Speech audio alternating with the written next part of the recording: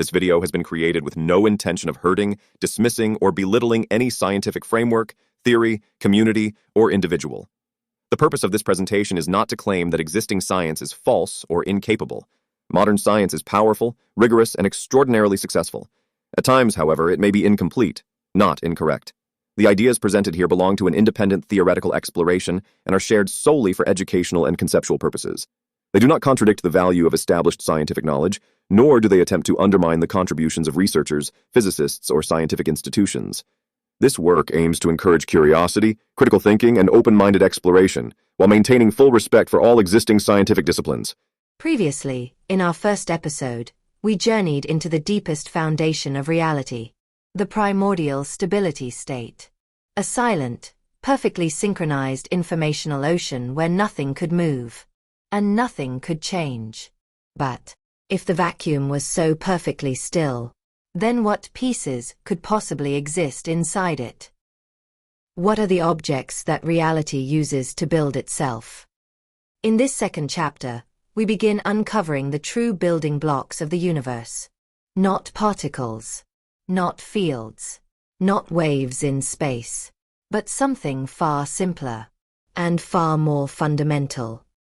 Today, we explore the information packet, the most basic, indivisible atom of existence in the IDM framework.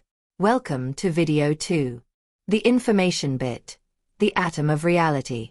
Let us begin.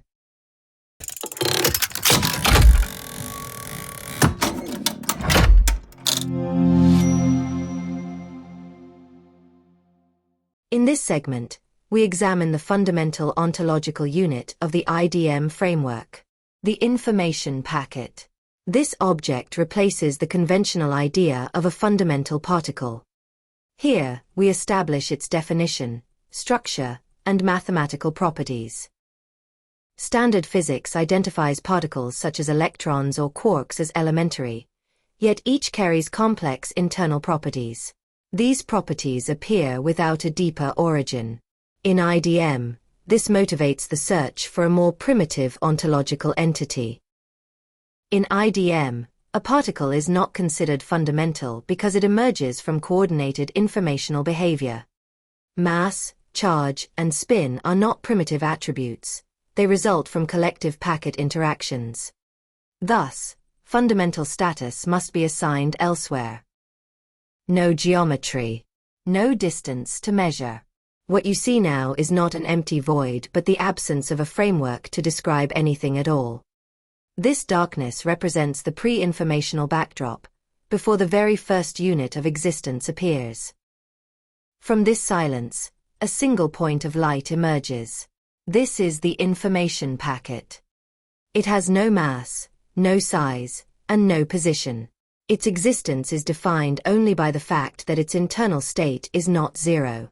Nothing around it gives context, because space has not yet formed. An information packet is defined minimally. It possesses only two intrinsic properties: a unique identity index and an internal state vector.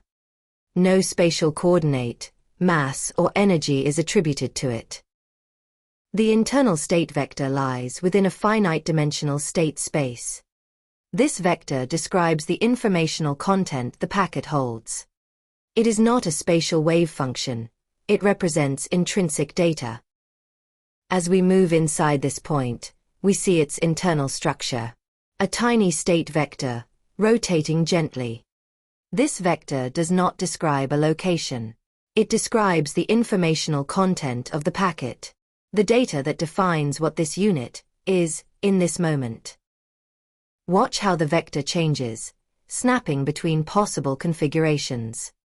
These transitions represent the finite options available in the packet state space.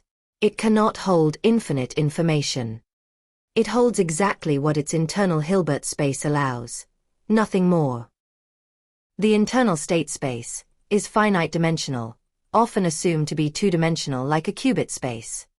This finiteness constrains the packet's information capacity.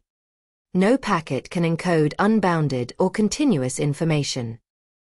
Because the internal state space is finite, the maximum informational density per packet is strictly limited. This prevents singularities or infinite compression at the ontological level. Thus, IDM avoids divergences by construction. In conventional quantum mechanics, the wave function of x describes probability amplitudes across spatial coordinates. In contrast, the packet's internal state vector contains no spatial information. It describes only the internal informational condition of the ontological unit. Now, countless information packets appear. Each one identical in form, a point of light with an internal state. But notice carefully. They do not occupy positions. They simply exist, with no spatial relationship between them. At this stage, reality is a collection of independent informational units. There is no sense of near or far, no direction, no geometry. These packets are present, but they are not located anywhere because where does not exist yet. Identity and existence in IDM are independent of position. A packet exists because its internal state is non-zero, not because it is located somewhere. Spatial attributes emerge only at the graph level, not at the ontological level. IDM operates on an abstract ontological foundation. Packets do not inhabit a background space. They define only informational content and identity, forming the building blocks from which physical reality later emerges. This concludes the packet-level ontology. The next chapter will examine how the packets interact with each other to form patterns due to which fundamental particles exist.